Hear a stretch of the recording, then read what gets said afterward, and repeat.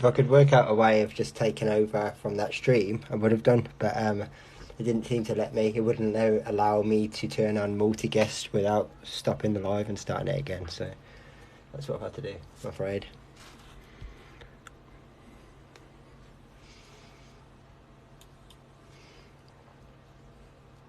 For anyone that was watching, I hope you enjoyed Roger's little film, and hopefully he will join us momentarily and we can talk a little bit about it.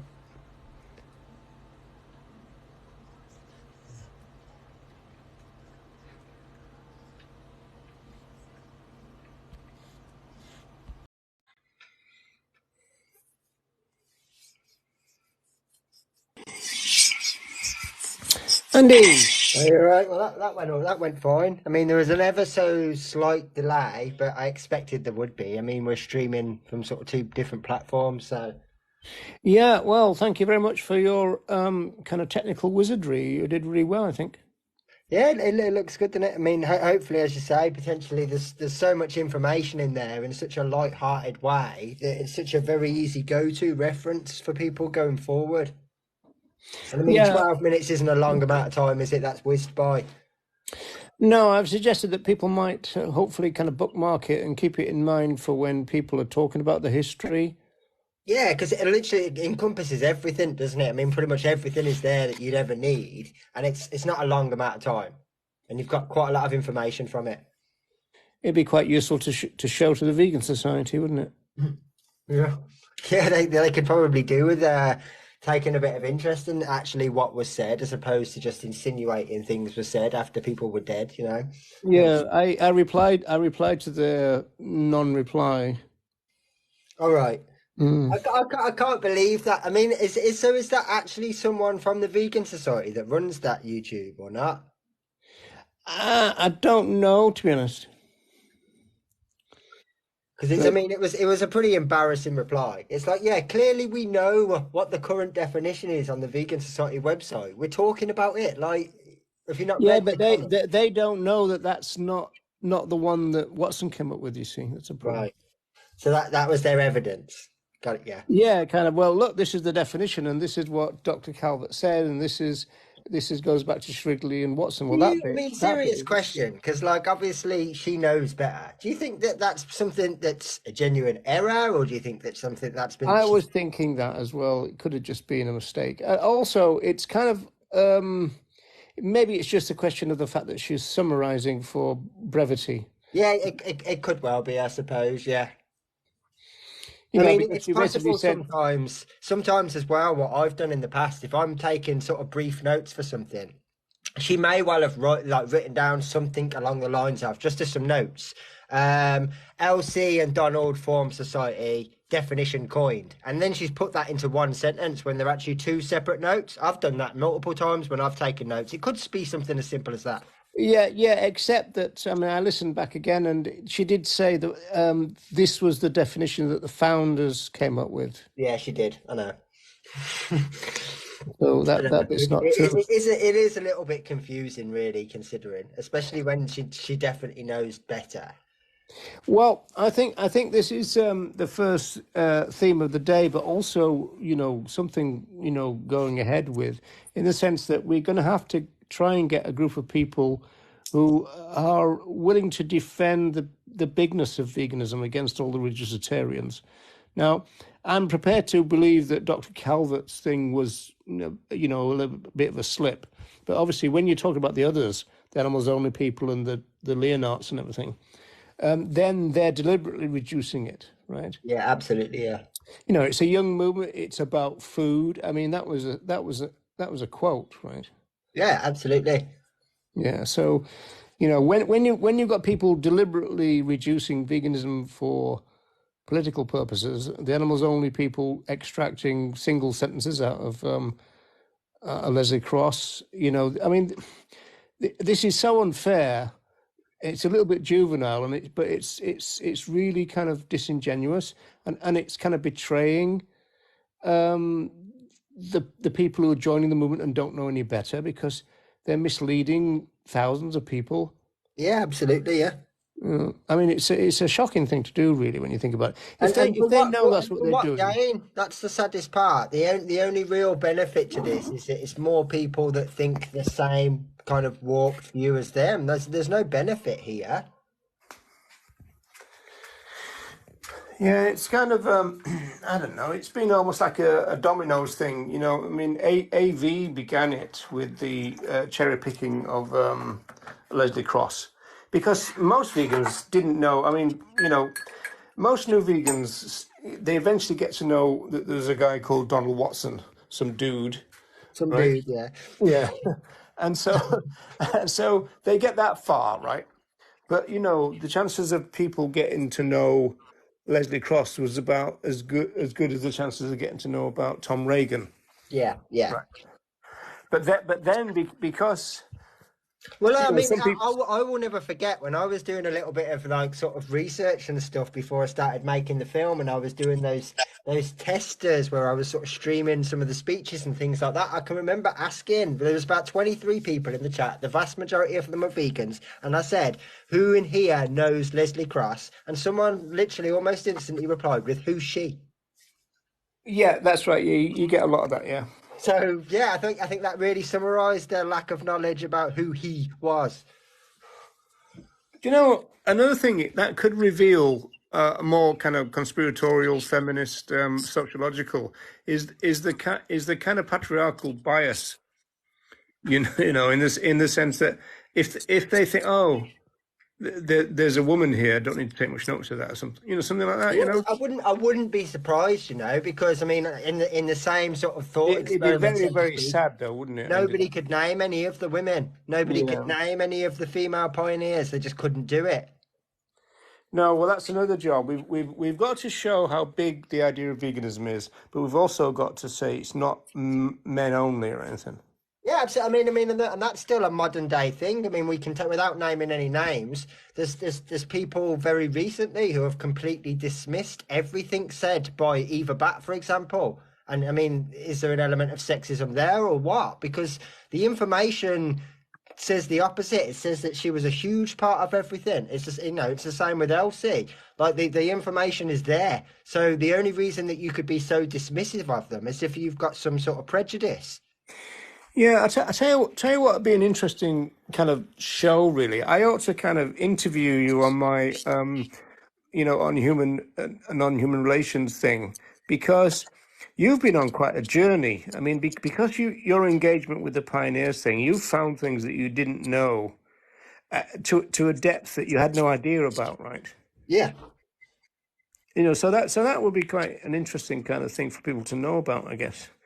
Yeah, I mean, absolutely. I've got sort of no problem admitting that probably through the first 4.5, maybe even as many as 5 years of my quote unquote vegan journey, I didn't understand what veganism really meant. I thought I did. I thought I did, but I really didn't. And I didn't understand how big it was myself. I didn't realize how much it encompassed. I didn't realize how far it went back. I didn't realize everything that was said that we still say week in, week out, like how little it actually. I didn't realize any of this stuff until I started looking at it, because the only information I'd ever received about veganism came from pretty much the same sources that most people's information comes about veganism. A few YouTube videos done by people in the last 5, 6, 7, Yeah, 10 well, years. quite. But I mean, that is a very strong sociological point in the sense that it's the same generally. Like, I mean, how were you to know? Yeah, absolutely that. What chance did you have of knowing anything different? Yeah. I was surrounded when I first sort of became vegan. There was people around me who had been vegan for a considerable amount of time, but no one told me about the founders. Nobody told me about how crucial it was that I made this connection. Nothing like that. It was almost just like high five, you're one of the gang. That's it. So everything else was left up to me, to be honest. And like I've noticed that quite a few times. I mean, it's one of the things I mentioned in the film. We kind of send people off. They'll go and watch Dominion or Earthlings or whatever else, but without any further information, is it any wonder that they come to the conclusions that they do? No. Yeah, well, I mean, it's like a few people have started to notice that there's been a change in recent times, you know, to some degree at least. And of course, it's a little bit sporadic in say Joey Carbstrong. But the thing is, he had no option but to come out with all the cruelty stuff, because that's he came into the movement and everybody was talking about the same thing, right? Yeah, I mean, what, you know, absolutely. why should he start talking different from everybody else when he Yeah, was new? I mean, you can absolutely understand why this is the language or this is the thought process that the vast majority have to. I think the only time when it becomes a problem is, without using Tobias as the example, is when you fully understand that and you go, yeah, I don't care about any of that. Let's do this instead. That's when it becomes an issue. Yeah, I mean, yeah, and absolutely in Joey's defense, unless you're going to read Reagan or any of this stuff, you're going to look a bit further back than say Gary Yourofsky. Then what? How are you going to know any of this Yeah, information? but even if you did, Andy, then you've got to go. Hang on a minute. Everybody, everything that everybody's telling me is wrong. Yeah, I suppose that's another big part of it. Yeah, it's not just a case of reading it and understanding it. You've then got to make that realization that again you're by yourself pretty much because everyone else around you is doing something different. Is that you, Ronnie? It is indeed. Yes, I'm listening intently to the discussion here. Yeah, Yes. we're just talking about because Andy did a kind of refit of my kind of brief introduction to some of the history of the early pioneers, and we made it into say like a 12-minute thing, which is a very kind of quick kind of, this is what veganism was and this is why and everything, and we feel as though there's got to be a little group of people come together to kind of talk about how what a big idea veganism is, because there's so many reducitarians in the movement now on various levels, so we've got to counter it if we can. But yes, I mean, I agree with that. I mean, I kind of also think that a group of people need to come together to discuss how we kind of, how we go about, spreading the vegan message as far as possible. And by that, I mean, obviously mean the correct vegan message. So, people truly understand what veganism is, but that we kind of, we're able to um, encourage more people to to get involved in outreach and stuff like that. I think Yeah, that's well, here's some breaking news that might be news to both of you. I'm not sure. Although I think you might have posted it, Ronnie. The Wayne Sean thing, yes. Now saying, this is yeah. I mean, I've only looked at it briefly. I've not looked at. He quotes a.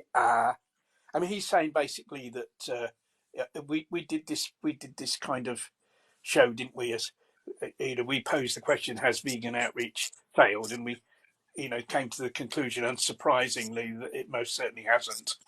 Um, and he kind of he seems to be kind of making out that it has, and that therefore the answer is lies in open rescue.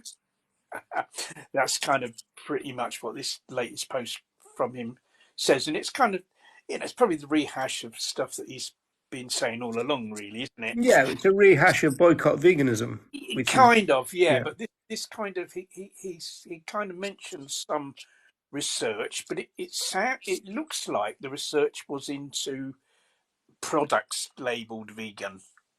Mm. There's this thing about, I mean, there are people saying that if something's labeled vegan, people are less likely to buy it than if it's labeled plant based, right? Um, uh, Now, why that is and how much evidence there is of that, I kind of don't know. But I think, in a sense, it's kind of it's kind of irrelevant, because if people haven't been properly educated in the philosophy of veganism, it might well be that they are put off by something. They are more put off by something being labelled vegan than if it's labelled plant based. But somebody who's an actual vegan isn't going to be put off by something labelled vegan. They're going to buy that product that's labelled vegan. So what he's talking about is just consumers. It's just non-vegan consumers are put off by vegan being on a food product. Yeah, well, I mean, the thing is, what we've got here, we're going back to Donald Watson. I mean, if people don't understand veganism, that's our fault. We haven't ripened them up.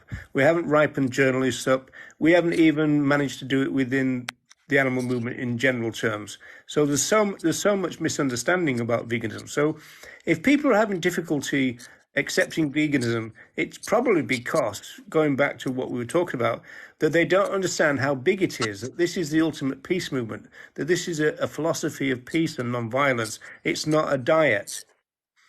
Oh, yeah, absolutely. I mean, that's what we really discussed in our last Still Alive show, like the kind of, the breadth of veganism. That is, it kind of is a philosophy of everything, isn't it?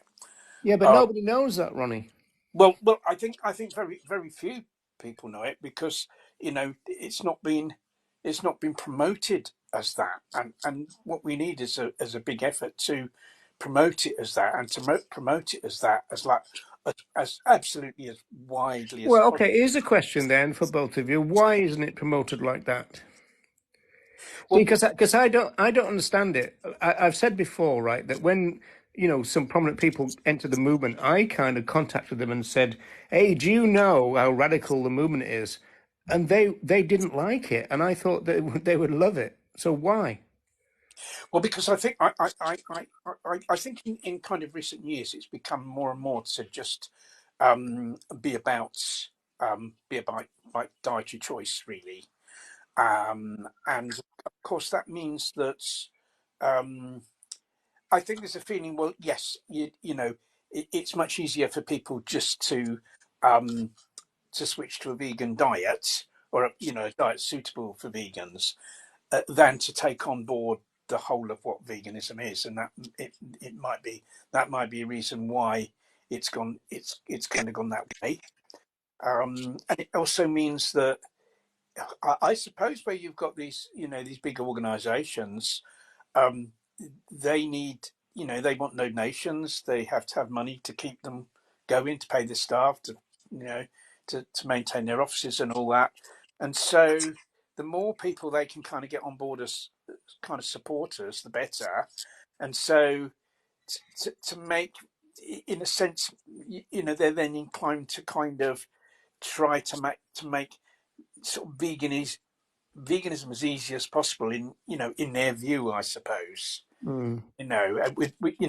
Without the sort of difficulties people of taking on board a philosophy. If it's portrayed pretty much just as a diet, then more people can subscribe to it, and maybe that means these organisations will get more donations. I mean, that might be one of the reasons why it's gone that way. Um, What about you, Andy? Do you think there's anything else besides that? I think the profitability is a huge part of it. Yeah, I mean, it was never a scare word for any of the founders, was it?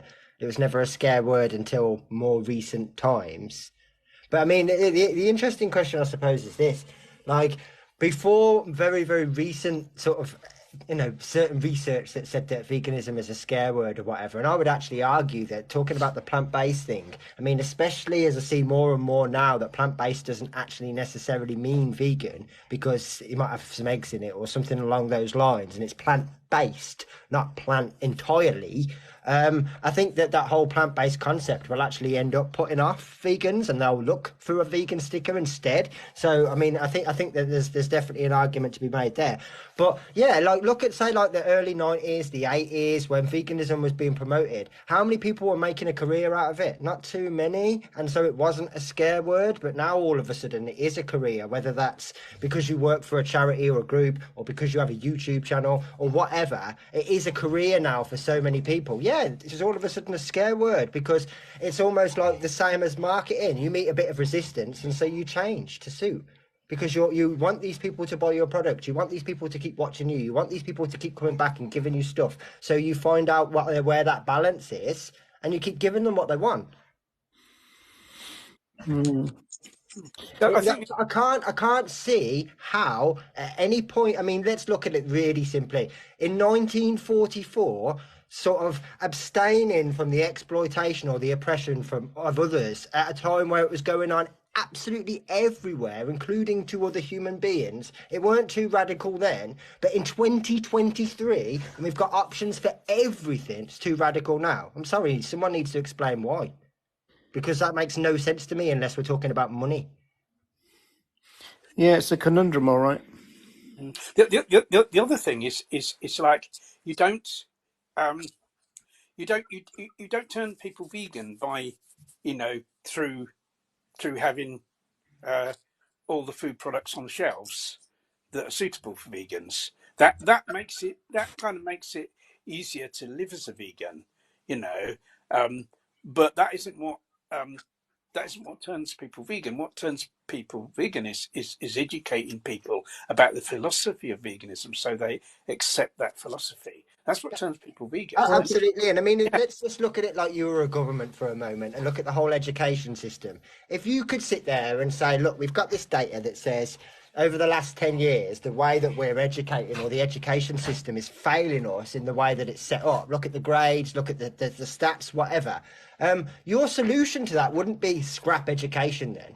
It would be how can we improve it so that they do understand? How can we improve it so that we actually make a difference and they are learning and they are sort of bettering themselves? Not No, who I cares? mean, absolutely. Which is And I think kind the of the grass, conclusion we're coming to, the isn't it? grass, Well, vegan education doesn't work, so we need to do something different yeah. rather than let's improve the education process then. yeah, there is an argument against what you said, Ronnie, which is there's a certain strategist who would say that we often assume that the attitude change leads to behavior change, but it could be the other way around as well, that behavior change leads to attitude change. So an example would be that when they first started talking about beyond meat and this kind of stuff, they were saying that the first thing that they're going to do is start introducing them into things like, meat and potato pies, for example, right? And so, so people wouldn't actually know that they weren't eating flesh, but because the taste would be exactly the same. And then it's a question of them kind of when they find out, as it were, 3 years later or something, they kind of go, "Oh well, I've got no excuse to kind of object to that because I've been enjoying it." So their behavior would then change their attitude. Um, Yeah, yeah, but there's would definitely some truth in that, isn't there? In the sense that, yeah, like, if you get someone to try, like for example, if it were my dad and the Richmond sausages for ages and ages and ages, he didn't know, and then it got to the point, but by the time he found out, he was like, "Well, I like them, so yeah, I haven't got a problem." But and that maybe means that next time he'll be more susceptible or more keen to try something else. But no morality has shifted in any way, shape, or form. It's just the fact that yeah, that's a product that suits me. yeah. It's just that's just about dietary choice, isn't it? That somebody thinks, oh well, this product that's suitable for vegans is I find that just as pleasant to eat as the one containing animal products, so I might as well eat that instead. That's just a food choice. There's no moral philosophy involved in that. Is there? And I suppose it could be argued that, like, if loads of people um, chose chose a plant diet, should we say, rather than a plant-based diet, chose plant diet, um, that would be beneficial, no matter what reason those people had for doing that. Then obviously that would lead to Yeah, um, it's a question of when they connect yeah, the dots, I think, is the fact yeah, that they kind of, for whatever reason, they've got this plant diet or plant exclusive diet or whatever, plant based diet even, and then they kind of almost like find out that there's no products derived from other animals in it, and that will change their attitude to those products then. yeah. I think it can go that. I mean, for instance, there are people that have adopted um, a plant diet for health reasons or for environmental reasons, and then because they've done that, that's led them to find out, um, to learn about the ethical reasons um, for avoiding animal products, and then they've taken the ethical reasons on board. Yeah, but this is a weird thing for me, though, Ronnie, because in some ways, reducitarianism and veganism could work hand in hand if the reducitarians weren't kind of taking the mick out of vegans all the time. And so if they said, well, look, we're talking about this kind of idea of reducing for a bit, but if you want to really kind of know about the ethics, go and talk to the vegans. Yeah. right? And so, you know, if they did that, that would make a lot things a lot better, I would think. Absolutely. Why don't the reducitarians essentially spend all of their time trying to educate and activate the vegetarians so that consuming a bit less dairy and them making these connections in the way that they want to do it, that is a real benefit. Whereas trying to make vegans go a step backwards, for me, just seems ridiculous. But Yeah, but that's I think we're into the fact that there's a recognition throughout the movement that the vegans are the activists. So if you're looking for activists, you've got to go to vegans. This is the entire animal rising problem. The Mhm. animal rising problem don't really want vegans, except that they need vegans because they're the activists. Yeah. Yeah, I think the thing with flexitarians, it's like a kind of I'm doing something, I'm doing my bit, and so I don't need to do any more. I think it's kind of that all right, if I abstain from meat one day a week, or the occasional meal, I'm making my contribution, and so I can feel happy with that, and then I can just carry on with everything the same as usual. I think there's that. I think there's a big element of that with flexitarians. So they kind of don't want to really go. They don't want to go further than that. They just want to do enough to kind of salve their conscience in a way, I think.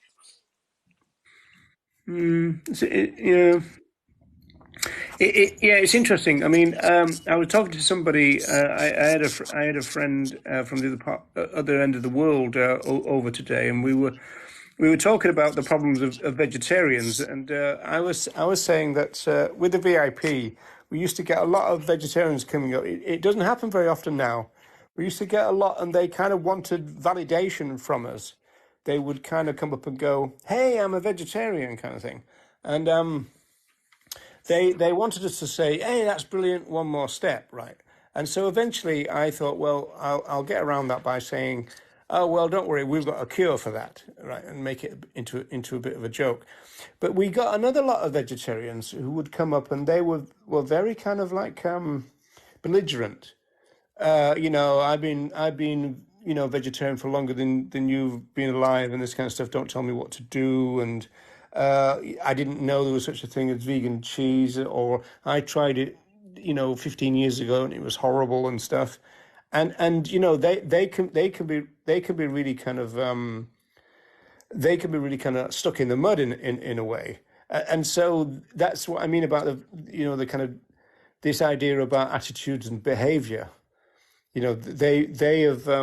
They tried the early vegan Yeah, but cheeses. I think vegetarians are a perfect example of what the problem with reducitarianism or veganish would be long term. You're going to have people that have made some effort in their mind, probably taken a little bit of flack for that effort, and therefore they're never going to move again.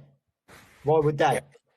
you see, but you get this uh, amongst vegans as well. People who call themselves vegan, because you see, veganism is about trying to do the most we can, isn't it? We wouldn't we wouldn't sort of say, well, look, because I don't consume animal products, it's okay for me to go to watch greyhound racing, or it's okay for me to um, it's okay for me to bet on the horse race, and it's okay for me to go to an animal circus. Um, Now, most people who call themselves vegans would never say that, but you get people who say, um, I'm justified in, like, you know going on holiday, flying halfway around the world to go on holiday, despite the fact that I know that causes problems to the environment, and then that in turn impacts on animals living in the wild. They'll justify that. They'll say, well, look, I abstain from animal products, so I'm doing a big load of stuff, you know, for the animals anyway. So that somehow justifies me, you know, you know, flying when I don't need to fly. Just see what I mean? People will apply that justification when it's to do with kind of environmental things, when they wouldn't apply it when it's to do with other areas where animals are oppressed. You see, so you do get that with vegans as well. That kind of, well, I'm doing enough, type of attitude. Yeah. Joanne is saying, are you saying with this that animal rising isn't vegan? Don't know if that was a reference to what anybody else has said, but no, I'm not saying that. It's just that they are trying to be very, very careful with their claims making, but it doesn't suit the people who have to be their activists. So they kind of need, see, their activists are more radical in terms of claims making than they are.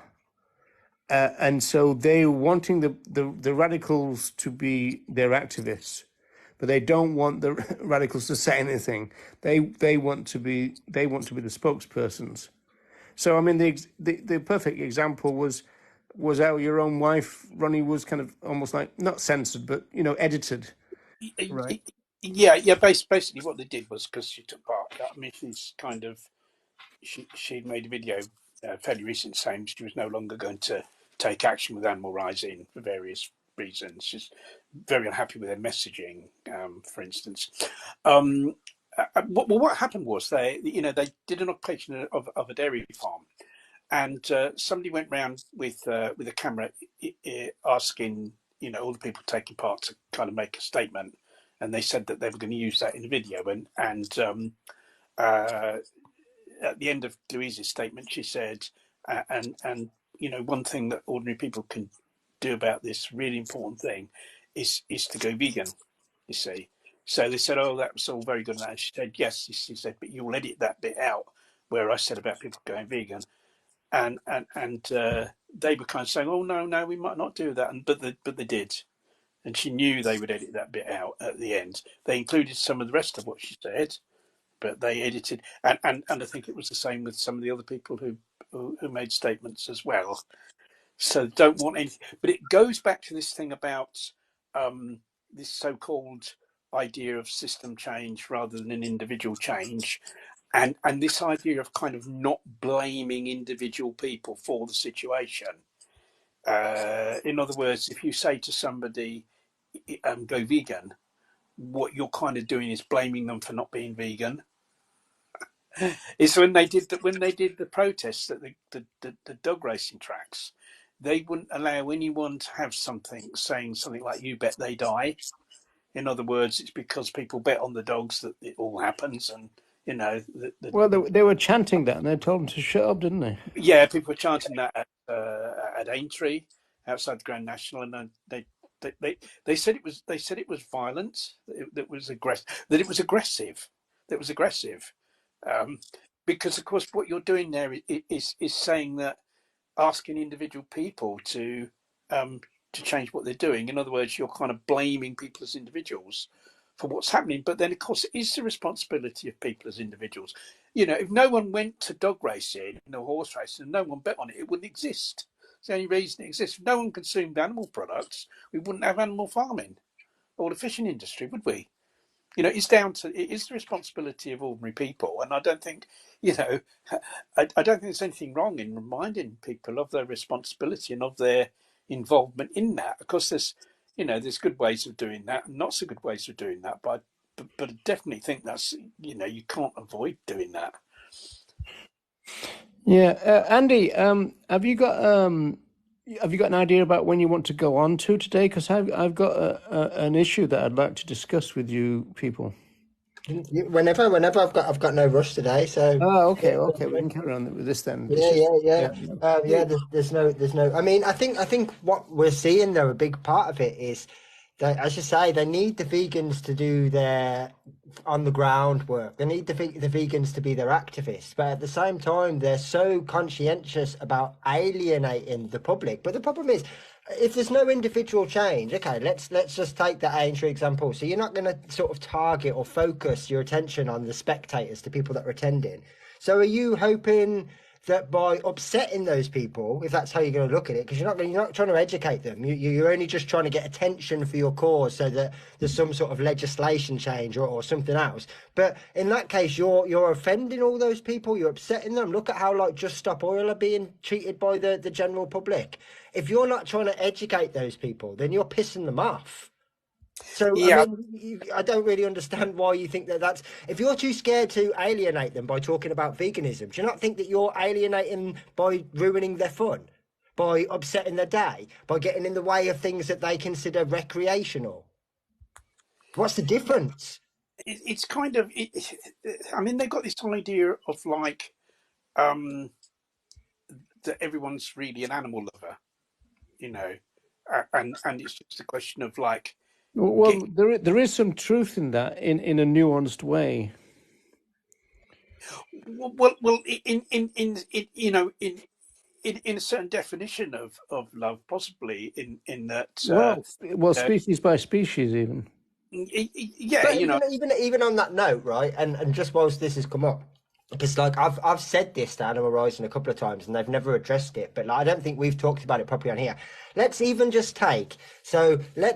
the animal lover. You know, we're a nation of animal lover concept, and let's just say, for the most part, people probably do love their dogs and cats. But even taking that into consideration, the vast majority of people have brought their dogs or cats, or are happy to sell their dogs or cats, or if their situation becomes untenable at home because their relationship breakdown, they've lost their house, any of these things, they're more than happy to give up their dogs and cats. They're happy to get their ears cropped or their tails docked or any of these things. So they still objectify the animals that they claim to love. Yeah, use them as guard dogs and everything Yeah, else. absolutely. Most of them have got purpose, right? And if they don't serve a purpose anymore, I mean, even if when it comes to cats, the amount of times I've read statuses where people say, "Oh, the cat's useless for murdering other life," basically, like as if that's their only purpose. Yeah, not a good mouser. Yeah, exactly that. So I, yeah, and it's the same with as you say, dogs. If they've got a particular job and they don't do it particularly well, then they're no good. That's the objectification still exists massively, even when love supposedly exists too. I mean, I think it may well be a lot of people they love the benefits, they love the feeling that that animal Yeah, gives.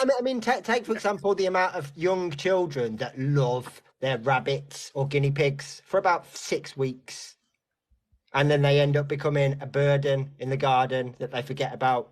Well, That's an it's a animal. cliche, isn't it? That the parents end up looking after them, isn't it? Absolutely, yeah. And that's essentially all born out of love. Oh, they're so cute. That's the love we're talking about here. It's only what can you do for me, love. Yeah, I mean, I think there are some people that you know that genuinely, you know, really properly care. I mean there are people that you know have rescued animals and they you know they genuinely care for that particular animal, but then again, those people will at the same time eat another animal. Yeah. So you have got that situation as well, where you could say yes, they do. You know, there is kind of genuine love for that particular animal in their home, but that doesn't translate to you know love for other animals. No. Yeah, culturally, Ronnie, it doesn't have to. You see, the point is we're brought up in a culture where those two things can live together quite happily. That you can, Uh, well, we can see it with people because you could say, well, you know, like Hitler loved his Hitler loved his partner. I don't know whether did Hitler have children or he loved his children if he had Yeah, children. he had But two he's quite kids, as prepared. far as I'm aware. Yeah, yeah, Yeah, yeah. well, In, he's he, quite in he prepared fact, to lived exterminate. blandly for I'm going to sure, didn't he? finish. I have started making a video, right, that actually Yeah, talks about this subject quite a bit. There's some love yeah, yeah, letters from Hitler when he was in his teens, and he's a really romantic guy. So, like, yeah, he's capable of love. It's all good. yeah, yeah, yeah. But you see, I think the thing is, I think the problem with love is that there are lots of different sorts of love. There's certainly more than one sort of love, and the sort of love that someone would have for like a family member in their home or another animal in their home is not the same sort of love that we need universally for all. No, in the same way, right? You know that the Yeah, way that you love your family, close friends, and people that you're in your life isn't the same way that you quote unquote love strangers across the world, but you still respect them enough to not cause them any harm or not wish any yeah, exploitation on them, so to speak. So, like that, yeah, you can love your companion animals if you really want to, like Well, I'm not quite sure genuinely, there's a lot of deeply. that at the moment with all the refugees and everything, to be honest. But mm. But yeah, but, but but that's why that's a respect. great point. that's why respect is a better word. That is why it's a better word to say what we need is respect. Because if we say what we need is love, then that's confusing because love means different things. Whereas All you respect need only is means, love. All together now. I know, yeah, Well, but the respect other only means thing about it as well is, right, when you extend respect, the only thing that you expect in return is respect. So, for example, if you don't invade the space of another, then they're not going to essentially invade your space, right? That's as far as that respect needs to work. They don't even need to acknowledge your existence, really. They just don't need to violate your rights. But when it comes to love, people will always expect something in return. Why wouldn't they? That's why they're disappointed when they don't get it. yeah, yeah. Yeah, I think so, but it's kind of, but it's rather confusing. I mean, I think when kind of Animal Rebellion started off as Animal Rising, and of course Animal Rising, was an offshoot of Extinction Rebellion, where I think the idea was that you kind of cause, such a kind of stir that it somehow forces the government to do something. I think that was the kind of, the sort of the kind of thinking behind it, behind the idea of this these disruptive actions, and kind of what's come out of that.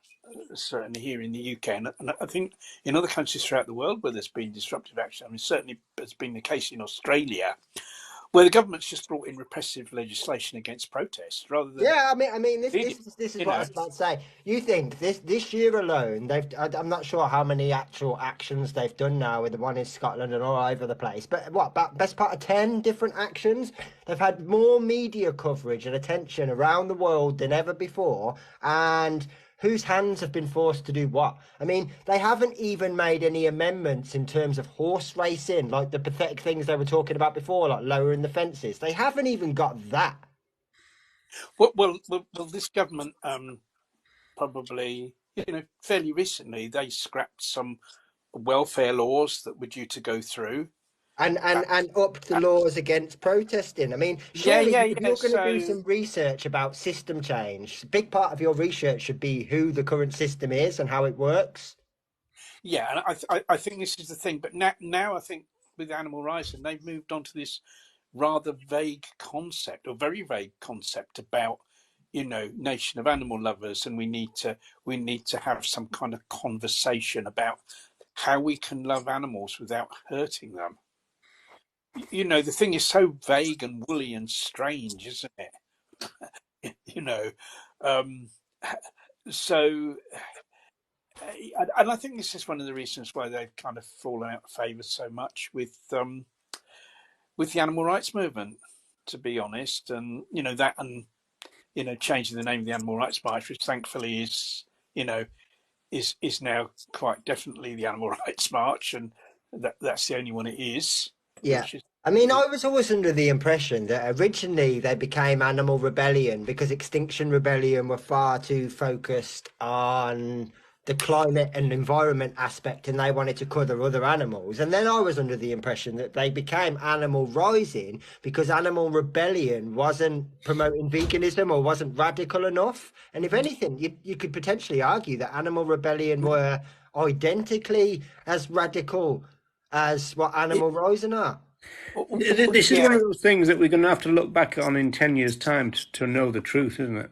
Yeah. yeah. I think what actually happened was that there were people within animal uh, and within Extinction Rebellion who were um, uh, who were kind of who were unhappy that Extinction Rebellion weren't paying sufficient attention to the contribution of animal agriculture to the climate crisis, and because Extinction Rebellion are really totally focused on fossil fuels, and so because of that, they and I think a lot of those people um, who were kind of unhappy about that were actually personally vegan, and so that they formed a group called Animal Rebellion to focus on the contribution of animal agriculture and the fishing industry to the climate crisis, and that's why the kind of their early actions were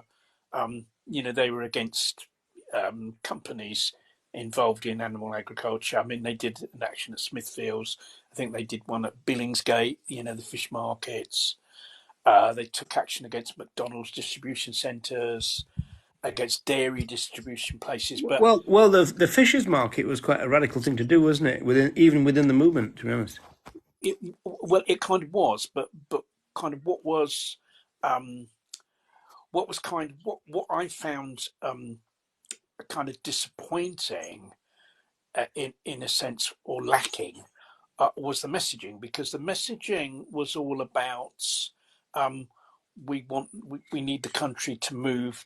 We want a plant-based future. We want the government to move, agriculture and the food system to a plant-based system, um, because of the harm that um, the production of animal products, or you know, mainly animal agriculture, but also the fishing industry as well, is causing to the climate. You see, so it was focused on the climate. Little and nothing was said about the plight of the animals who were the direct victims of those industry. In other words, the plight of the fishes and the plight of the farmed animals. You see, that's the problem I had with it, that they didn't mention that, and they didn't encourage people to go vegan. You see, now in the early stage, I was hoping that they might be persuaded to do that, because the actions were very good. It was just the messaging that was lacking. I kind of hope that people, that even then through the messaging, that people might lead people to going vegan. But then what kind of actually happened was, you see, so that was animal rebellion. They didn't do anything against other forms of the oppression of other animals.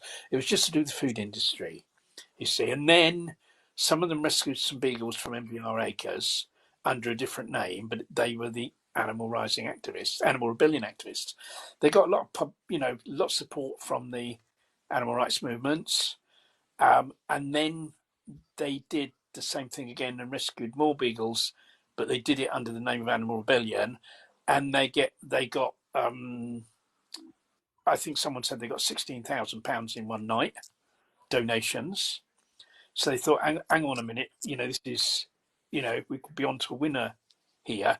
So how do we kind of change our ethos so that we can accommodate that kind of action, where it's not just to do with the climate? Because you can't make a connection between beagles in a laboratory breeding centre with the climate, you see.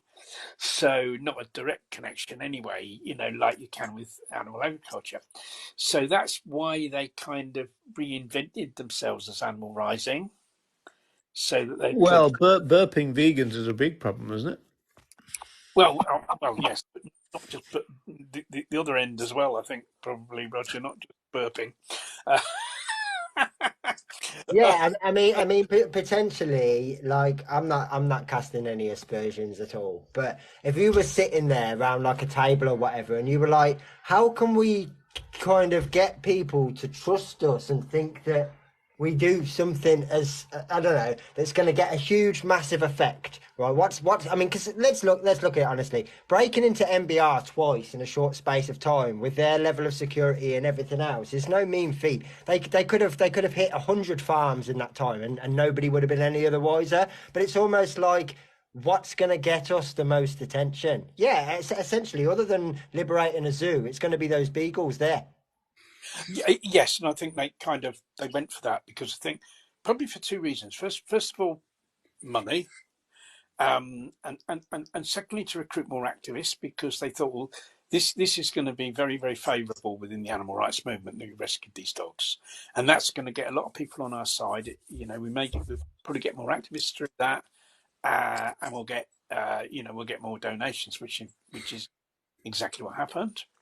But you see, they still couldn't stray from that system change, not individual change, and you don't blame people as individuals for things. They still were firmly wedded to that particular ideology. You see, so that still came through. I think they had to find other sources to justify that point of view, which is Yeah, I mean, I know from experience, and I'm sure you do too, that even times where we're talking about huge numbers, if it's sheep, pigs, chickens, no one wants to donate. If it's dogs or horses, people can't wait to give you their money. no, and yes, absolutely, and I think had it been another type of animal they'd rescued, the donations probably wouldn't have been. I don't know how much they got for when they rescued the lambs fairly recently. They probably got a fair amount for that because it's lambs and they're cute and all that, you know. It would Um, have been what I've noticed. It will be really short term in that sense. Even if you've got like I've seen some of these sanctuaries where they've taken in, say, like a disabled cow or pig or something that's going to need like long term care, and they'll get decent money initially when the story is fresh, and then it dries up. oh, Whereas oh, no, that's and then you keep having to think of different things as yeah, different. that's the problem. There's no long-term commitments with these other animals, no. Whereas quite often, if a dog needs ongoing treatment, then potentially, yeah, you will get that reoccurrence Yeah, of funds. but if you look for what is the common denominator between everything that Animal Rising Stroke and Rebellion have done, and the kind of common denominator is this ideology of like, first of all, we want system change, not individual change, and secondly, we don't want to kind of blame individuals or kind of hold any individuals responsible for you know for what is happening to the other animals.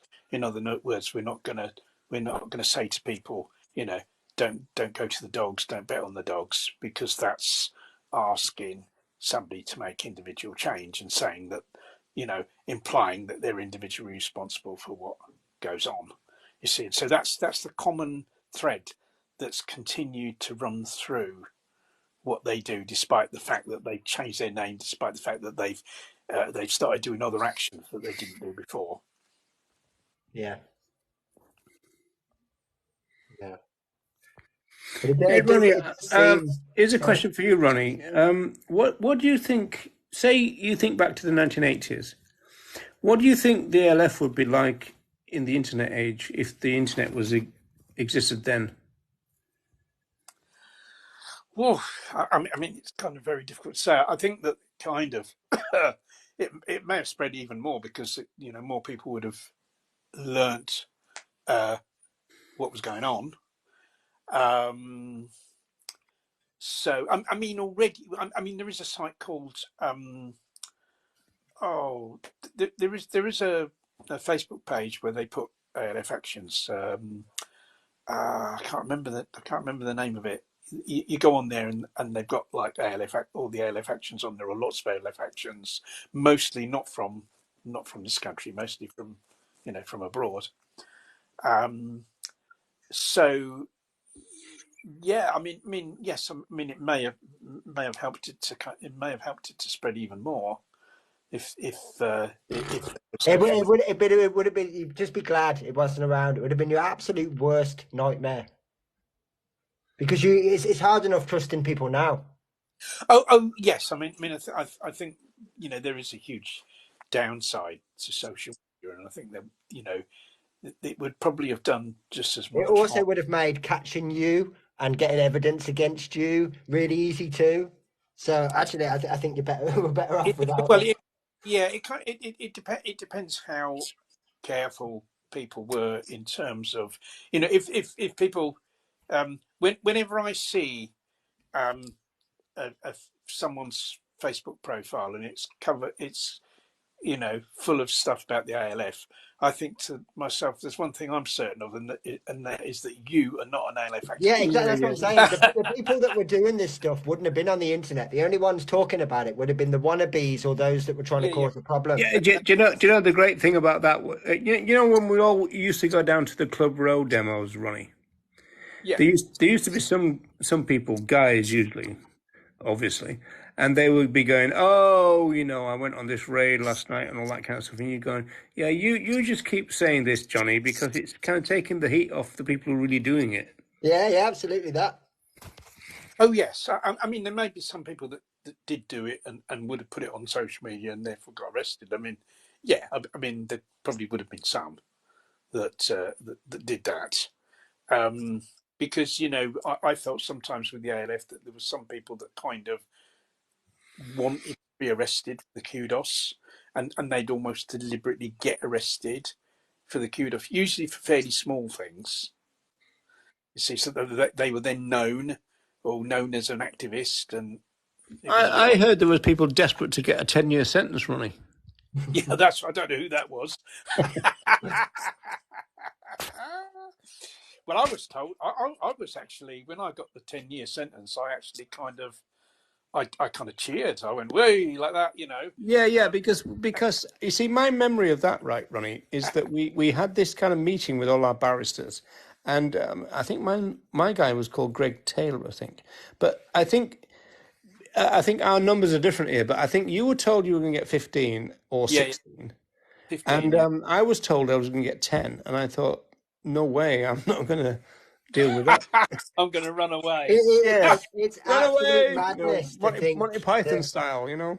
those were the Because when you lengths of sentences, whereas like these days, well, it probably just would have been thrown out of court. I mean, people get a third of that for potentially taking a life. Oh, yeah, well, yeah, but that, I mean, do you remember the Vicarage rape case, Ronnie? yes, Yeah. and Yeah, he was tell the story about that if you remember it. well. They got it was round about the time that we were Yeah, sentenced, that's right. Yeah. and I think that the guys involved in that get about 8 years or something. Yeah. Well, one of them did, but One of which was them did, yeah, and but it led to questions in the House from a Conservative, ironically, and but the point was as usual, property is protected more than human beings, and so that was the kind of basis of it, but because the Vicarage rape case was absolutely horrendous. yes, Yeah, yes. well, I mean, literally, just that description doesn't paint a very good image. Like, just those words alone are enough. Yeah, I can Yeah, imagine. because there was I don't know what she would have been called in terms of her job there, but she was kind of like an adult but a virgin, right? And what they did to her was absolutely appalling, absolutely disgusting, and yet they were getting less sentences than we were. Mm. Well, in fact, the judge that sentenced us, Frederick Lawton, he sentenced somebody for rape. He dealt with one or two other Okay. cases apart from ours, and he gave a guy 4 years for rape. That was the judge that sentenced us. This wasn't the Vicarage rape case; it was another case. So that kind of goes to show how he thought, how he kind of valued things or didn't kind of value things in his own head, you know. So yeah, but I think the thing was that we were kind of seen as being what we did was seen as a kind of attack on the system.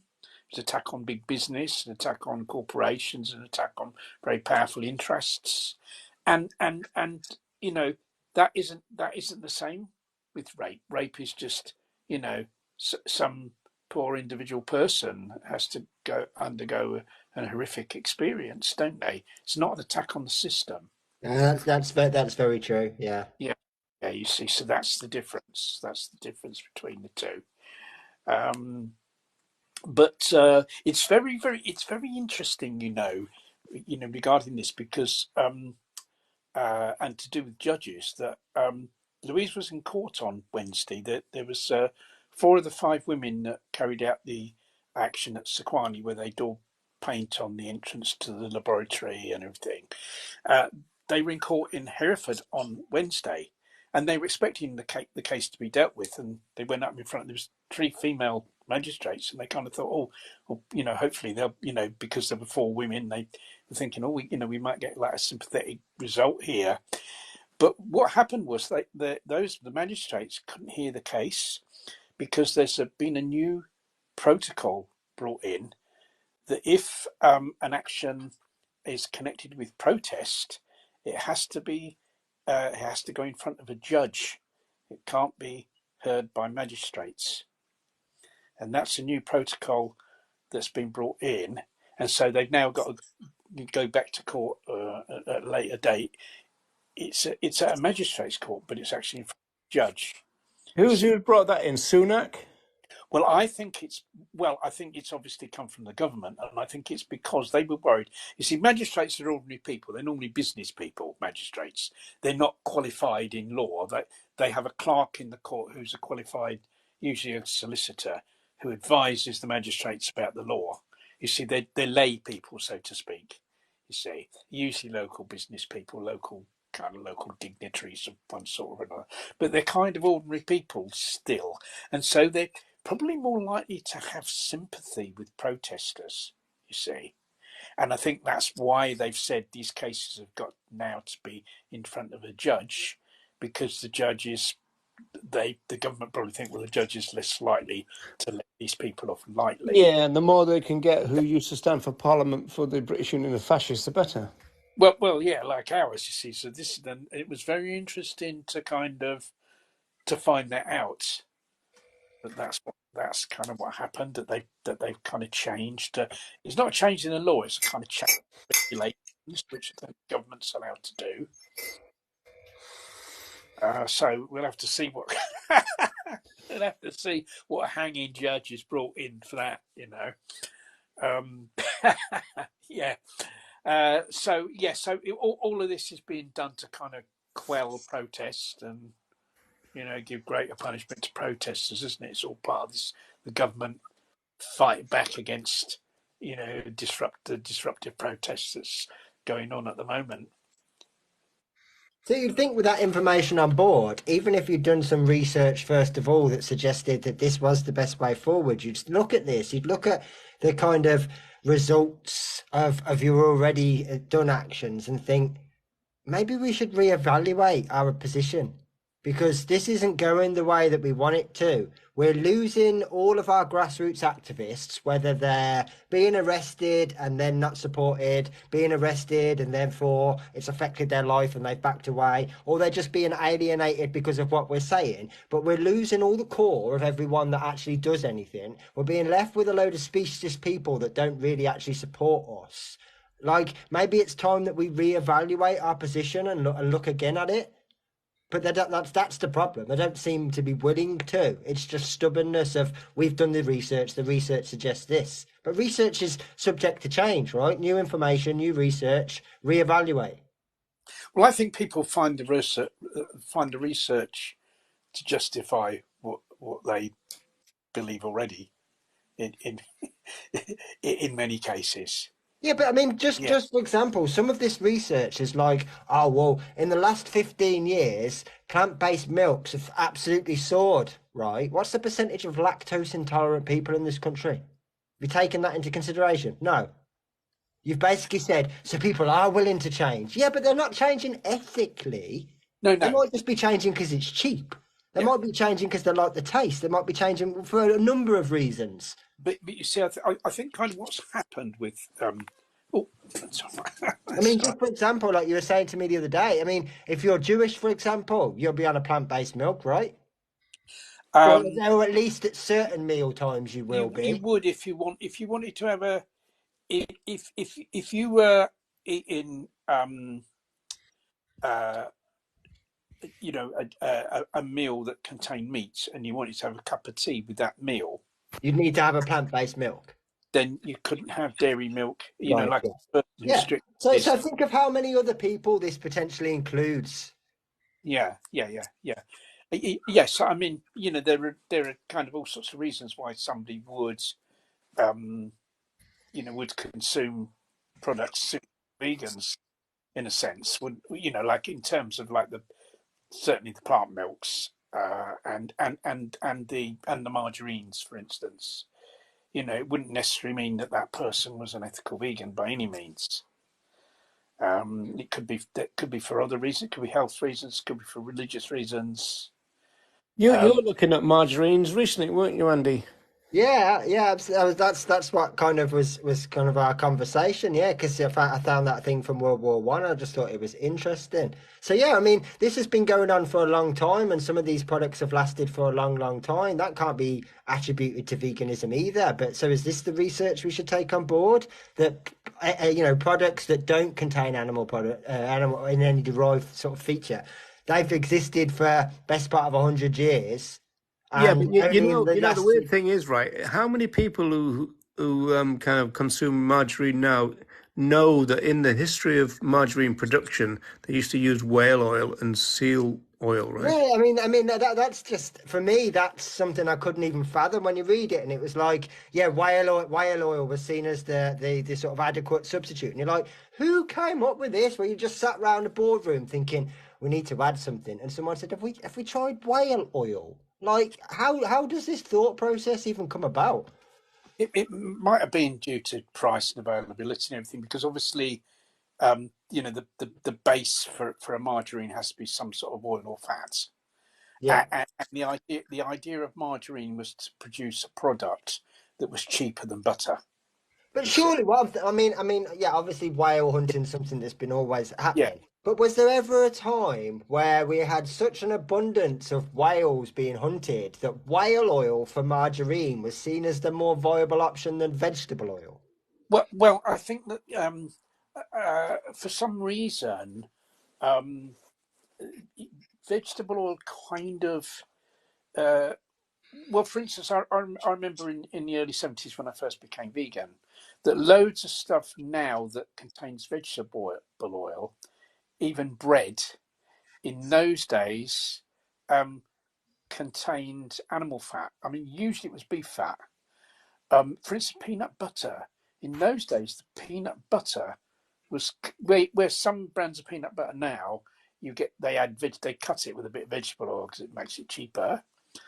Right. Back in those days, there was only really one brand of widely available peanut butter, and that had beef fat in it. It contained beef fat. And we only found out because somebody wrote to the company, because they weren't required at the time. It wasn't a requirement that ingredients were on the labels of food products. So we only found out, we were quite happily eating this peanut butter and then thinking it was just peanuts. And then somebody wrote away to, I think it was Sunpat was the company, and a letter came back, oh, it's got beef fat in it. Yeah, And it's like, because some Pat used to hate you, Ronnie. Sunbat hated me. I know, I hated them after that, and we hated the bloke. We wanted to beat the bloke up that come, and like shooting the messenger. We were going, you bastard! Why did you write to them? You can't Yeah, do that. why did you find that out? Why did you find that out? You because peanut butter. I mean, it was a major, quite a big part of our diet in like a, protein. Yeah, You know, peanut butter and jam sandwiches. yeah. I mean, I love peanut butter and marmalade. I do, rather than jam. Very nice. Oh, I bought some marmalade today. I just had this urge to get some marmalade. Yeah, marmalade. I much prefer Yeah. marmalade. Now, should I Yeah. should I move on to this other? Yeah. Go on to whatever you wanted to Yeah, I ask me to think wanted to about. talk about the animal holocaust, and I wanted particularly to talk about the Tash Morgan thing. First of all, I mean, there's lots of nuances here, right? So we've got to be careful here. But in terms of talking about the animal holocaust to Piers Morgan, that's probably a red flag to a bull if that's not a specialist term in the first place. But I kind of posed the question to a group whether, because I agree that the animal holocaust is a legitimate term. It's just that it's a question of whether it's a useful term, because when this was used on this program, it led to all kinds of outrage. And it seems to me that if you use terms that you already know are going to completely derail a conversation, and it means that people are going to go, did they just say that word, or that kind of stuff, right? Then it means that the use of that word is redundant. And I pose the question: is it possible to use the phrase "the animal holocaust" with all the kind of caveats that you might need, which will kind of work on a mainstream audience, And I'm not sure if it will, because you can say, well, look, I'm not talking about the Jewish Holocaust. I'm not talking about the Holocaust. I'm talking about the animal Holocaust. And you can put all that kind of stuff into it. It doesn't seem to work, right? Yeah. But I think it's the fact that you would kind of have to put all that stuff into it. That if you used another way of describing it, you wouldn't have to do that anyway, would you? Whether it works, Like genocide or something. yeah, yeah, or like Mass mass killing, yeah. slaughter, mass, you know, there are other ways of, You see, the thing is, though, Ronnie, you see, what Tash said, Tash, I think that's her name, I can never get it right. I think what she said was entirely correct. She talked about the dictionary definition, although that's always a dodgy thing to go to dictionaries, as we know, with veganism, right? But what she said was correct, but it's never going to work, is it? Because of the was she everything about it. was she on the program because She was she'd said that? on Piers Morgan. Was it because she used that word, or did she bring that up in the No. She brought it up. I think she was on there because she's a name, and she's just been on that thing with the fire restaurant Yeah, guy, so and she's a guest at Vegan Camp Out, right? yeah, so because She's in the country. That's why. so she because she brought up the word Holocaust, it kind of took the conversation off in a different direction, didn't it? That needn't have been the case. Yeah, and also the fallout of the conversation was about the use of that word and nothing to do with animal ethics. Yeah, so it was a sort of tactical error, really. Well, what I'm asking, right, is because I agree that the term animal holocaust is legitimate. What is there a way of kind of presenting this? Is there a way of saying what you want to say, which doesn't have the effect of just shutting it down, or whether we've just got to accept that there's no way we can use that word at all because XXX, right, kind of, X, Y, and Z. But Yeah, I mean, yeah, I stopped using it a while ago, and unless someone else brings it up and makes the sort of statement, well, that sounds just like what happened once Yeah, upon a that's time. that's the ideal case, that one. But that happens so seldomly, to be honest. But yeah, I mean, there's loads of things. There's loads of atrocities. If we want to talk about numbers, we can go much further back in time and compare. But I don't think that we need to. I don't think we need to necessarily make that comparison and use that word. That's auto. It's kind of for the same reasons that I avoid using cruelty, because as soon as people hear that word, they've got an interpretation of that word, and you're trying to argue with their Yeah, interpretation. they kind of go somewhere else. Yeah, We absolutely. we And you're don't all, want them you're to go already somewhere else, do we? divided, We aren't want you? them to You're already stay with divided. our conversation, right? Yeah, yeah. I think just as soon as that Holocaust word comes into the conversation, you're not going to be in agreement about your definition or your interpretation of it. So all you're doing is dividing where you are. You're further apart than where you were at the beginning. And I think that's the same with, like, when we ask people if they're against animal abuse, because what they're considering animal abuse and what we're Yeah, but considering animal abuse. Andy, consider this, right? Because now the prevalence of the use of gas chambers, as we call them, controlled atmosphere stunning, Hmm. because of the prevalence of gas chambers, then it makes the activists want to use that analogy even more, doesn't it? Yeah, yeah. You, you can kind of understand it, can't you? It's just that it's a question of whether we can just say to people, well, yeah, okay, what you're saying is accurate, but in terms of the kind of recipient design, as sociologists call it, it's not useful. We're not doubting that what you're saying is accurate and the truth and all that kind of stuff. It's a question of, do you want to derail your own conversation or not? Yeah, that's it. That's it. No, I mean, at the end of the day, can we have this conversation without referring to that word or any example of that happening in the past? Yeah, we can. So unless someone else brings it up, I think it's just easier to steer clear of it, to be perfectly honest. I mean, as you say, you can you can describe it perfectly, and you can sort of preface it by explaining that you know that this what happened, and you're not making a direct comparison to that particular Holocaust and all these things. But as soon as you say that word, that's where their head's already gone. And there's your first battle then. You've got to try and get them to think in the same wavelength as you about what Holocaust means or what its Yeah, intrinsic. there's a terrible thing that I learnt when I was a sociologist student, which was somebody made the term "there's no business like show business," Yeah, and basically saying that the Jewish community have kind of claimed ownership of that word, right?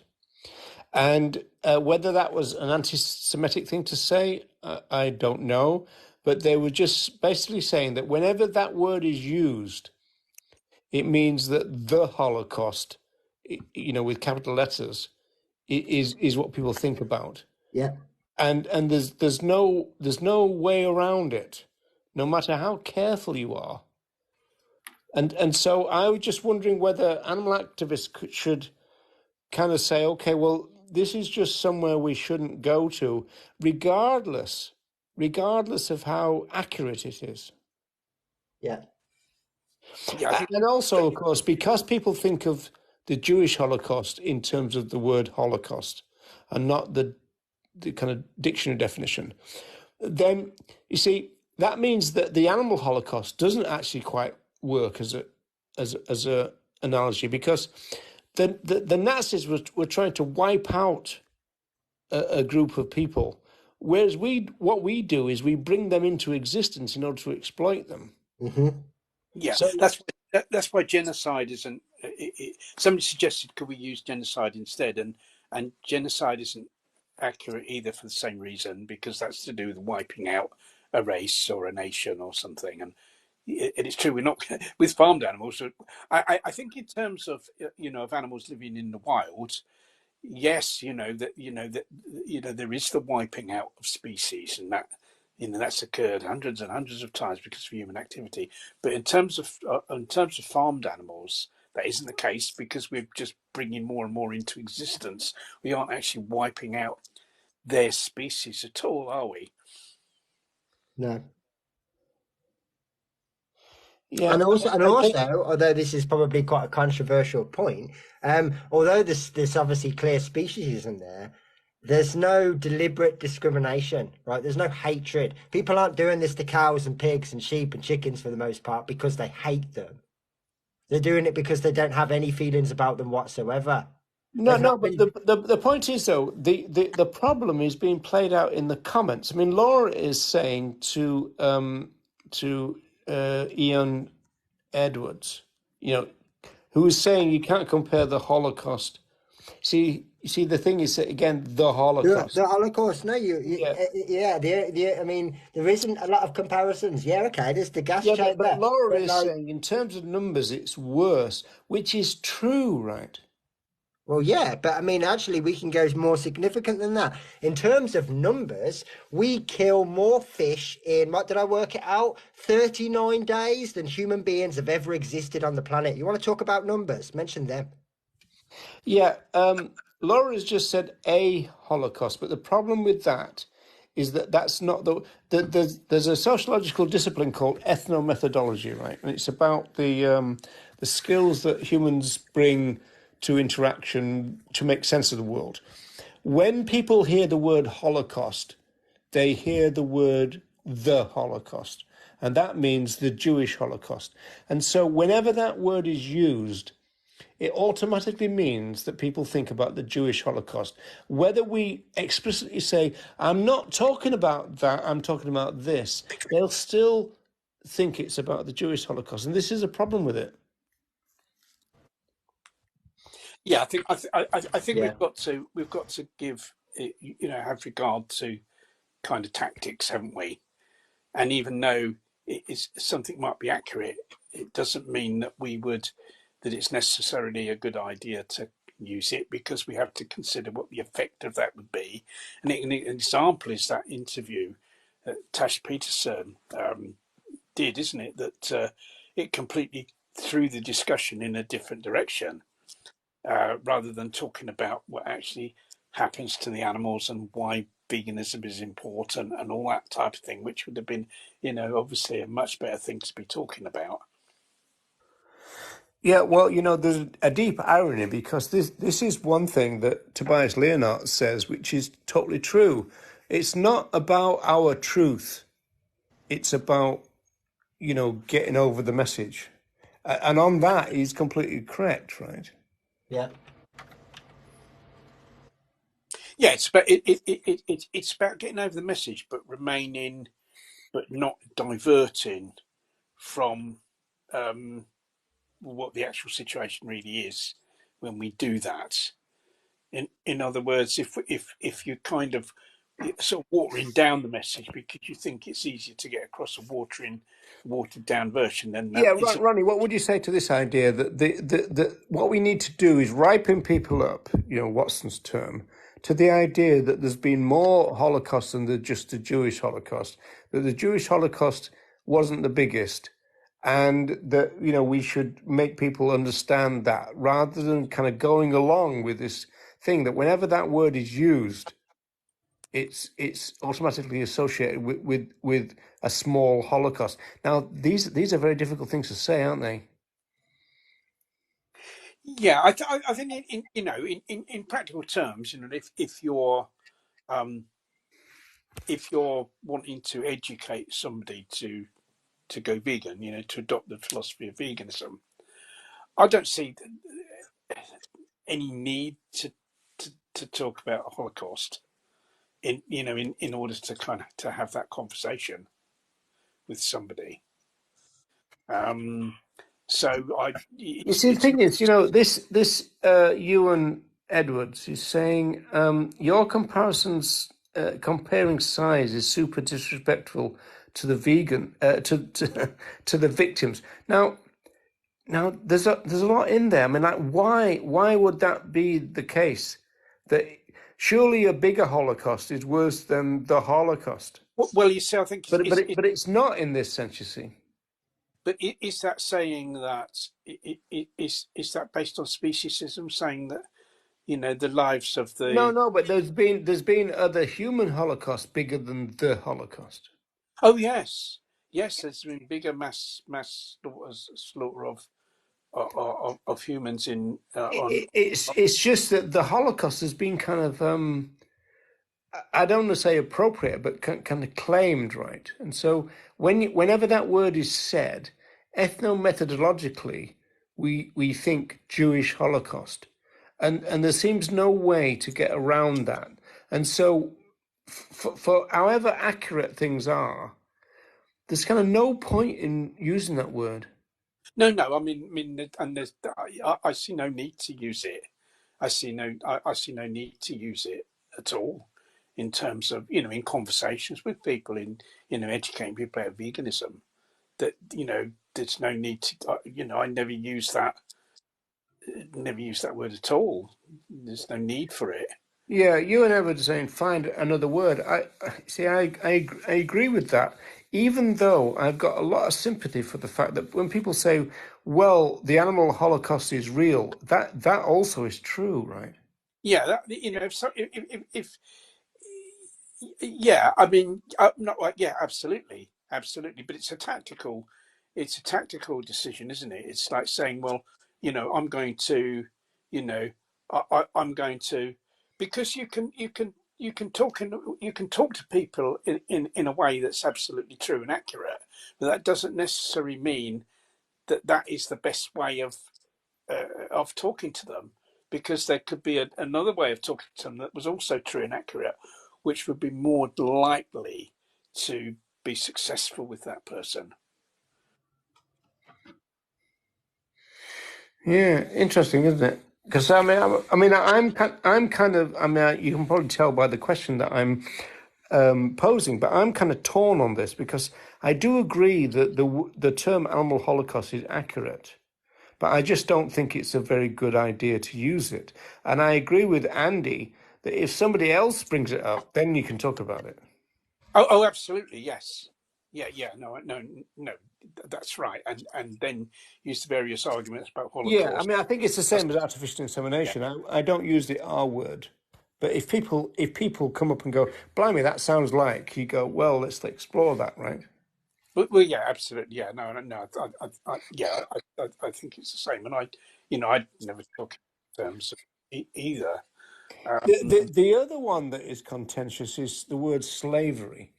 Now, I'm more kind of uncertain about that because it's clear that other animals are enslaved, right? And it's clear that if you ask people, are they, they'll say yes. And yet, see, again, you've got this kind of like ownership of an idea because I think Gary Francione, the kind of lawyer, said, well, in terms of kind of like history, in terms of numbers, more white people have been enslaved than black people. But what do we think of when we heard the word slavery? Well, The we think, transatlantic slavery thing, right? yeah, we think about the Deep South and the West Indies, don't we? And the transportation of slaves from Africa. That's the immediate thing you think of. But that's not the biggest act of slavery, apparently. No, I'm sure it's not. I mean, slavery's been going on since the dot, for probably thousands of years. Yeah, and I mean, slavery at Still definition, is. right, is just removing the rights of someone and considering them nothing more than an object. So even before slavery as a business was conceived, there'd be like two groups that would go to battle and they'd take prisoners. Well, what do you think those prisoners were? They were slaves. You join us and work for us and do what you're told, or you're dead. Slavery, right? Without necessarily a commerce that was involved. So yeah, essentially that's really all it is. So Well, yeah, I'd imagine in the grand scheme of things, in terms of numbers, yeah, millions. most roads in this country, or a large number of roads in this country, were originally constructed by slaves used by the Romans. Yeah, You see. Um, Well, when I lived in Liverpool, I used to live in a place called Dungeon Lane, and this is where all the African slaves were brought into Liverpool, right? yeah, yes. Well, right. And they were kept in dungeons, were they? Is that why it was called that? Yeah, and I mean, it was a whole little row of cottages. I mean, it's so weird because this is kind of like it's kind of like nuance upon nuance, isn't it? Here. yeah, absolutely. Hi, Tim. By the way, sorry you've been How's sitting there everyone really doing? patiently. Yeah, I think Yeah, good, thank you. here's my thought about all this. I think what you're saying about using trigger words and all that is really important to consider. However, I think the situation Tash Peterson was in, all rules go out the window. She had about 30 seconds to get her point across. She had to, with Pierce, he's going to like interrupt you, shut you down at any turn. So in her situation, she had to be really both calm and really sensational at the same time to get the point across. And I think she definitely uses social media brilliantly. So regardless of what you think of her tactics, I don't think she could go by the same rules in that situation as you do when you're having like a normal No, conversation. I'd agree with that, Tim, in the sense that Yeah, when yeah, you're in a Piers absolutely. Yeah, that's a Morgan good show, point. you're in a real shit show, aren't you? Yeah. And so you have to really make a splashy show. You have to really, and to use sensational topics. And it's better if people react, then you get more attention. And that is the number one. Yeah, but do you think the attention's been useful, all this outrage about use of the word? In that situation, yes, you just got to go for broke. And then, and you get the attention. Some people will say, "Oh, she's a horrible person for saying that," blah blah blah. But other people will say, "Oh, well, what's this about?" And then it's in the conversation. Well, I mean, on that note, to be fair, one of the things that David Icke, I can remember said that although obviously he's had a lot of hindsight to look back on the time where he did that Terry Wogan show and made a few really outlandish accusations, he said, you know what, that made my career because everyone wanted to ask me about the weird things that I said. So I suppose Tash could turn around now and every interview she's going to do could potentially start with, you said Holocaust on the telly, and she could go, yeah, let me explain why. Yeah, something like that. I mean, and it's not even, I think, I mean, she's certainly, she's a provocateur. That's her specialty. and and that's what she does. She draws attention to the issue, and some people could say, well, that's a negative. People are just going to be turned off by all this, but I think, and she said herself, I think it draws Yeah, but attention. And Tim, consider this, right? You say she draws attention, but by using that word, didn't she detract from the issue? no, I mean, you have to look at it in the. I mean, maybe initially you could say, well, that just turns people off, but it's got the whole subject in the No, conversation. no, it's a question of that they stop thinking about what we're there to make them think about. They weren't thinking in the first place in that on that show. I mean, that's I don't think that like I mean, yeah, I personally can't argue with that for exactly the same reason we was talking about before with Joey going on the Piers show. Piers is a total waste of a platform. So yeah, I don't think it would have made any difference if that was Reagan or not. Like that's not your audience. But well, I mean, okay, so if we take Tash out of the equation then, and we take the Tash versus Piers conversation, just in general conversation, vegan outreach, that kind of thing. What's your thoughts on the word then? well, I would still say the same thing. Different situations call for different tactics, and I would hesitate to say never say that word ever. I think you should be cautious. I think you should know who you're talking to. I think as best as possible. You should certainly be sensitive and understand what the charge is on that word. Obviously, I think the more thought you put into what you're talking about, the better, of course. But I have no objection to people being sensational in certain situations. Like if you're invited to go on the Pierce Morgan show, if you looked at the comments when Joey went on, you looked at his audience. They said he was the most rational person on that show. That Pierce was interrupting him too much, and the other guy was an idiot. I mean, and that was his audience. So even if you think initially it's a waste of time, it still makes an impression. It still gets it into the conversation, and then you can take it from there and try. And people will ask more questions, and you can kind of take it from there. And if people ask about the Holocaust, you say, well, I understand that's where it has certain meanings, but this is the problem with with the animals and the violation of their rights, and you can go from there. Yeah, I think I agree with that, Tim. I think it's like I said before, it's kind of nuance on nuance here, isn't it? Oh yeah, Like, yeah. but I don't know. Personally, I'm glad that I think that I'm glad that Tash is out there talking about it. I think it only helps. I think she does a good job. That's my personal opinion. I know people have different reactions to her, but so that's just to be clear about what my opinion is. I think that what she does. Yeah. But I mean, the reason I raised this issue wasn't to focus on Tash. It was to focus on the word and the utility of it, really. Yes. Yeah. And so I would say that I would never say a word like that, or never use sensational words, but just sort of have a sense of what the situation calls for in that moment. So if you're on a TV program that's very confronting, and you've got thousands of people in your audience, you use it to the best of your ability. But isn't there a case though, Tim, that the worst place to use that is on the Piers Morgan show? Why so? Well, because we know what he's like. He's going to jump all over it. But she still was able to, like, if you look at it, I've seen other interviews with vegans on his show, and she was able to speak for several fractions of a minute longer than anyone else was. He did not, as much as he tried to deflect and derail, he didn't interrupt her as much as he did others, and so she got some words in edgewise. Yeah, but what's that got to do with the utility of using the Holocaust word?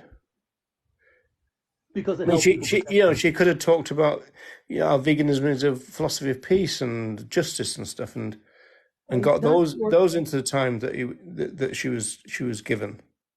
I'm afraid in that situation that wouldn't make a difference. She held attention talking about veganism. That's all you can hope for right at that moment. is my view. You can't. I mean, if she started talking about like more like you know other things, I don't think people would have really heard it. I don't think people would have noticed. Yeah, but the point is, what I'm saying is, when you use the word Holocaust, you're talking about other things than veganism. Then in terms of the kind of average consciousness of what that means. But see, you have to. I mean, it's just like the. I think the reason why we tell people to watch Dominion, it's a way to hook people in and to start thinking about, to start reflecting on. Okay, what am I doing? Why am I making the choices I am for food? And even though our main point is not cruelty, it's animal rights. You can't always draw people right in right away with animal right with violation of rights. Period. If that makes sense. You have to have a wide range of approaches to really try to maximize getting people's attention and getting people to start thinking and being a little more self-aware. Yeah, but the question is, by using that word, do people think, or do the people just go, "What?" Um, at that point, I mean, on a show like that, people aren't thinking in the first place, so grabs people's attention, and then you got a place to Well, start. well, okay, but does that beg the question? Why go on to a show where people are not thinking? It starts a conversation, Oh, and so people okay. talk about it afterwards. People, even if people are saying, "Oh, she used this word," blah blah blah blah, but it's still someone talking about veganism. It pulls it into the and it slowly kind of gets it into conversation. I think. Now, you could argue with that, but I think that can only benefit. At least people are talking about it. You're starting a conversation. I don't know. I mean, I don't know about the other people, Ronnie and Andy, but I'm not totally convinced about what you just said, to be honest. Okay, fair enough.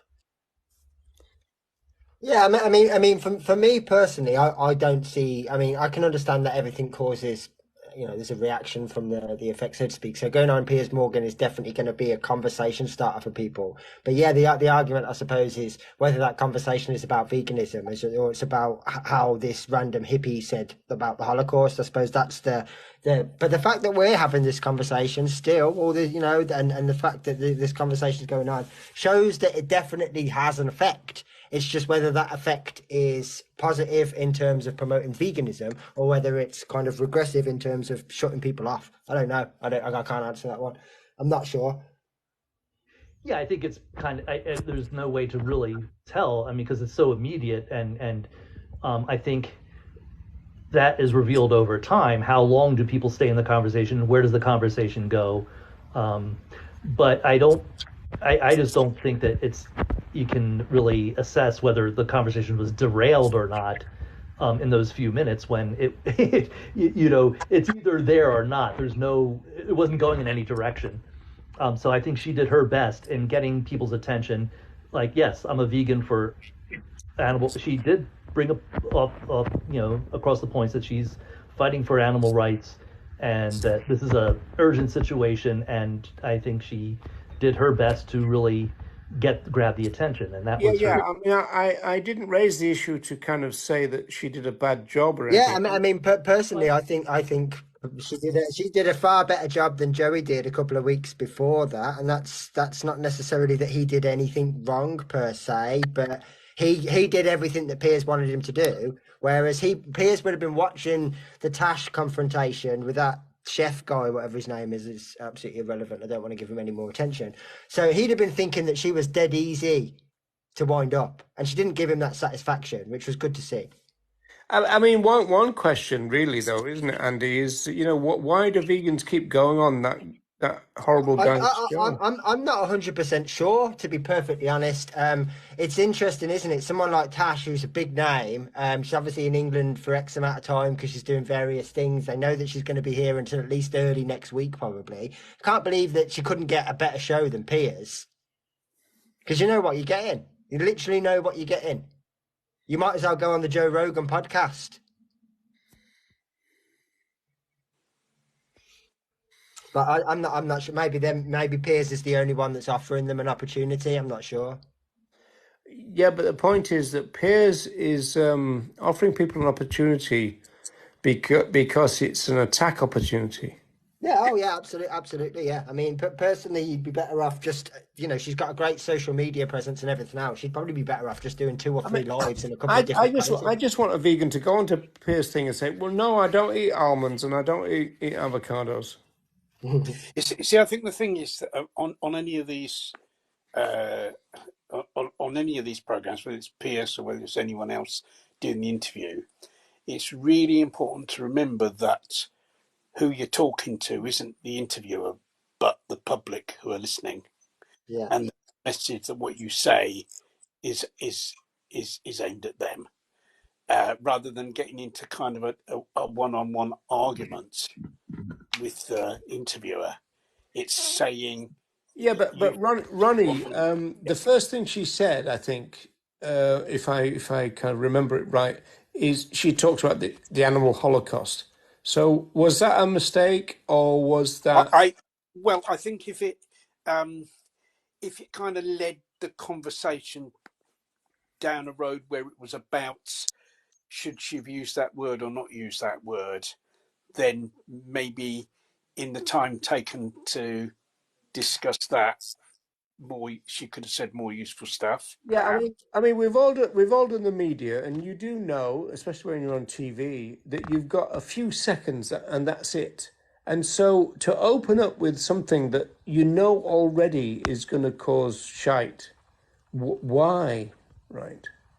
But I want to make clear that I agree that the term the animal holocaust is accurate. I also think that's just part of who she is, though, isn't it? Like, she is very much blunt in your face. There is no sort of holding back. So that's who she is. That's who she's always kind of been with her activism. That's her Yeah, but style. that doesn't answer the question. I mean, you can be blunt as you want. It's a question of choosing your Well, words. what I'm saying is because that's her style, that's her attitude. She may well have come in with the thinking of I'm only going to get 20 seconds to speak. I want to make sure that this is what I say. Sorry, got my battery. I'm back now. So yeah, I think this is a really important question. Just say, because she did that on Pierce Morgan's show, it raises the question. It gets us talking about it. But at the same time, I think I want to draw a distinction between.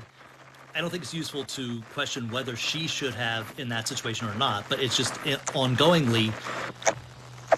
When is it good? Is there any appropriate times to use that word to get people's to show the urgency and the how horrible the situation is. I mean, I said before, I think there's different. You have to take different approaches, even though, yeah, we're like vigilant about, it's not just about cruelty, it's not just about welfare, it's about, it's about treating them as individuals and not violating their rights. But you how do you even get to that place when most people don't think that animals should have rights? And usually grab people's sympathy when you show something like Dominion or talk about and when you say something like the Holocaust, it'll shake people up a little bit and say, oh, okay, what is going on? And maybe most people will even if most people will just be horrified at that, like saying, oh, you can't make that comparison. Other people may say, well, okay, is this really that bad? Is this why are they using that word? What's going on here? I wasn't aware of it. And by the way, I have heard Jewish people who've survived the Holocaust say, yes, it's a valid comparison. Where they're vegans and they say that, yeah, it's the same. Can we try and sort out Kim's audio here? Yeah. Would you be able to leave and come back, Tim? There's a really bad echo. Okay, I'll be right back then. Okay. Hopefully it'll fix itself.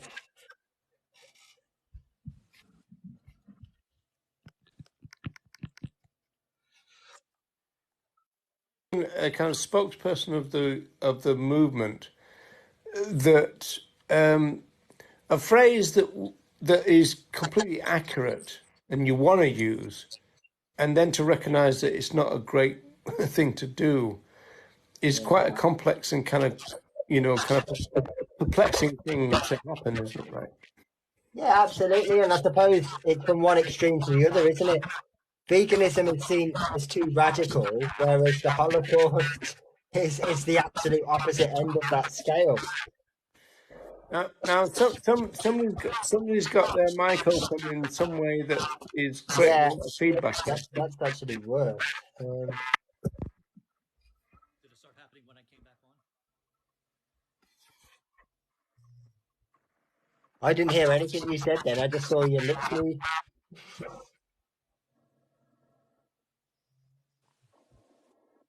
Can you hear me now? No, I can see your lips moving, but there's no sound.